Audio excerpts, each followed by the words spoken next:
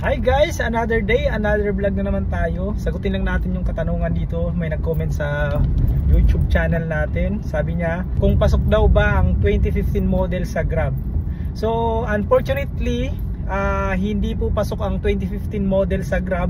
Ang tinatanggap last year is 2021 pataas. So possible ngayong taon 2022 pataas na model yung tinatanggap nila sa Grab card.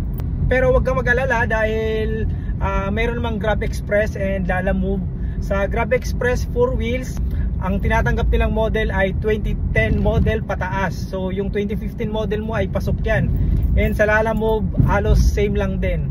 So sa kitaan naman ay masasabi ko na may kita rin naman kung panghulog lang or pangkain. So kayang-kaya namang kumita sa Grab Express 4 wheels and Lalamove. So sa mga hindi nakakaalam, galing din po akong Grab Express 4 wheels.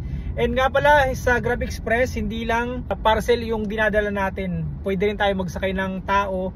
Yun nga lang yung mga papuntang airport lang. So hindi siya pwede yung mga katulad sa regular na kahit saan pwede ka mag-pick up ng passenger, papasukan ka. Doon sa Grab Express 4 wheels ay ang mga pumapasok lang na passenger ay yung mga papuntang airport or galing ng airport.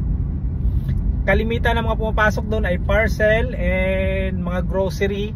And maganda lang sa Grab Express dahil hindi lasbag yung sasakyan mo, dahil mga pinapadala doon ay maliliit lang, mga pang motor lang. So ang grocery doon minsan isang plastic lang.